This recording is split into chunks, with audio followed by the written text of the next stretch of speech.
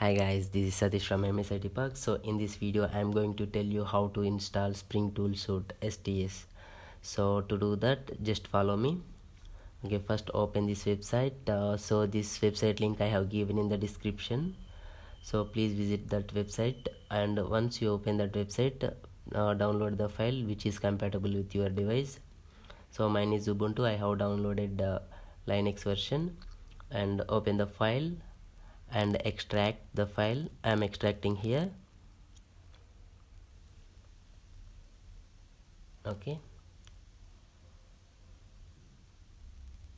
I have extracted. I have extracted. I'm opening the file again. Open. So now you run Spring Tool Suite 4. Okay, right click and run.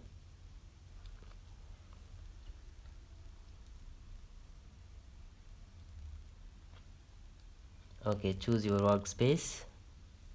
To do that, browse and okay, this is my workspace I have chosen, and click on launch and continue.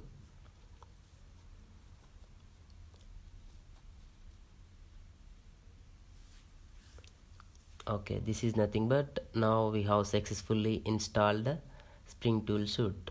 So in this way we can install Spring Tool Suite. Thank you guys, thank you for joining me.